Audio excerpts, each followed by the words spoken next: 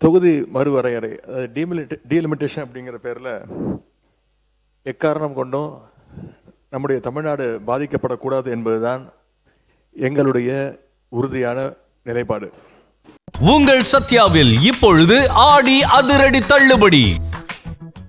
அது மட்டும் இல்லை, தற்போதைய மக்கள் தொகை கணக்கெடுப்பு அடிப்படையில் புதுசாக டீலிமிட்டேஷன் கொண்டு வந்தால் அது எவ்வளவு பெரிய ஆபத்தாக அமையும் அப்படிங்கிறத இந்தியாவுக்கே முதலாக சொன்ன இயக்கம் எங்களுடைய திராவிட முன்னேற்ற கழகம், எங்களுடைய தலைவர் அவர்கள்தான்.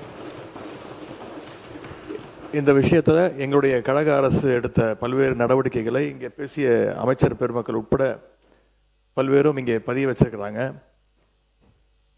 இருந்தாலும் நான் சில நடவடிக்கைகளை இங்கே பதிய வைக்க விரும்புகின்றேன்.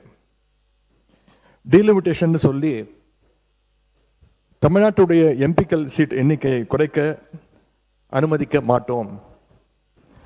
தமிழ்நாட்டுக்கு தற்போதுள்ள ரெப்ரசன்டேஷன் விதிகாச்சாரம் குறையக்கூடாதுன்னு இதே சட்டமன்றத்தில் 2024 ஆண்டு பிப்ரவரி மாதம் அன்று தீர்மானத்தை நிறைவேற்றியவர் எங்களுடைய கழக தலைவர் அவர்கள், அப்போதைய முதலமைச்சர் அவர்கள்.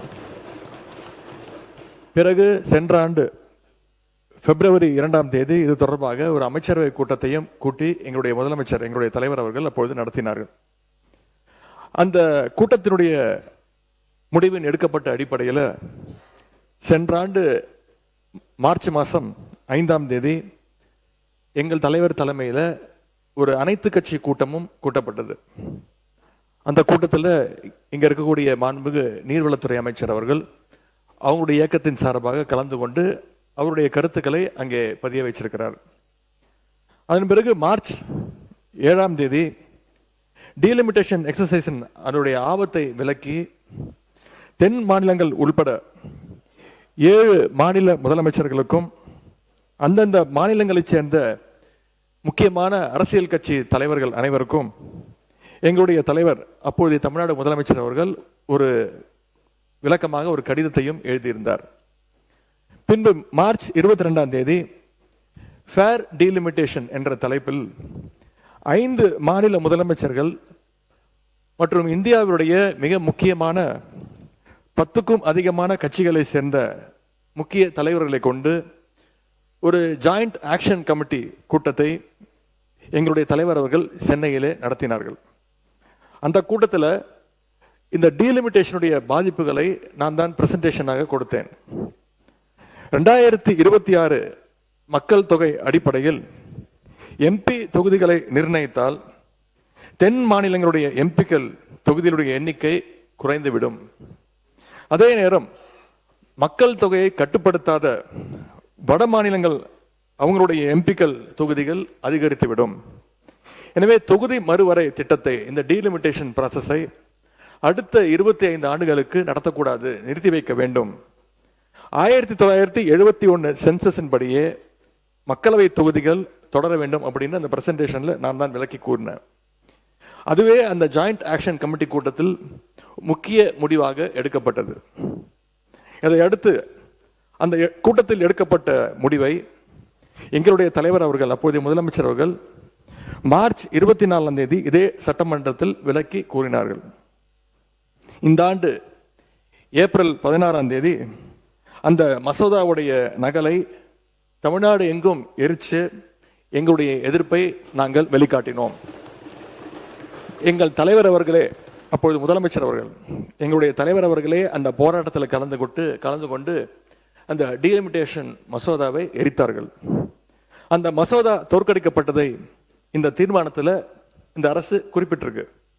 அந்த மசோதாவுக்கு நாங்கள் திராவிட முன்னேற்ற கழகம் காட்டிய எதிர்ப்பு தான் அந்த மசோதா பாராளுமன்றத்தில் தோற்கடிக்கப்பட்டதற்கான காரணம். இந்த சூழல்ல டீலிமிட்டேஷன் சட்ட திருத்தத்துக்கான மசோதாவை ஒன்றிய அரசு மீண்டும் கொண்டு வரக்கூடும் என்று எதிர்பார்க்கப்படுகின்றது. இதுல முக்கியமான விஷயம் என்ன அப்படின்னா, 1971 இருந்து 2026 வரை ஃப்ரீஸ் செய்யப்பட்டு இருக்கக்கூடிய அந்த டீலிமிட்டேஷன் எக்ஸசைஸை மேலும் 25 ஆண்டுகளுக்கு நீட்டிக்க வேண்டும். அதற்கான புதிய சட்ட திருத்தம் இந்த ஆண்டு வரலன்னா 2027 மக்கள் தொகை அடிப்படையில் எம்பிக்கள் தொகுதிகள் நிர்ணயம் செய்யப்படுவதற்கான வாய்ப்பு ஏற்பட்டுவிடும்.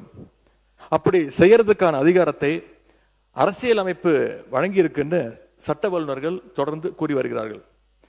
திராவிட முன்னேற்ற கழகத்தை பொறுத்த வரைக்கும் 33% மகளிர் இடஒதுக்கீட்டை நாங்கள் முழுமையாக ஆதரிக்கின்றோம், வரவேற்கின்றோம்.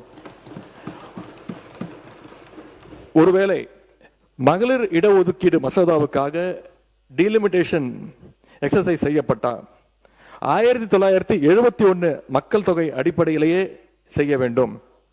அதுல ஏதாவது மாற்றம் வந்தா நாடாளுமன்றத்தில் தமிழ்நாட்டு எம்பிக்களுடைய விதிகாச்சாரம், நம்மளுடைய ரெப்ரசன்டேஷன் இப்ப இருக்கக்கூடிய 7.18% குறைக்க அனுமதிக்க கூடாதுன்னு மீண்டும் வலியுறுத்தி சொல்லி அரசு கொண்டு வந்திருக்கக்கூடிய இந்த தீர்மானத்தை நாங்கள் வரவேற்கின்றோம்.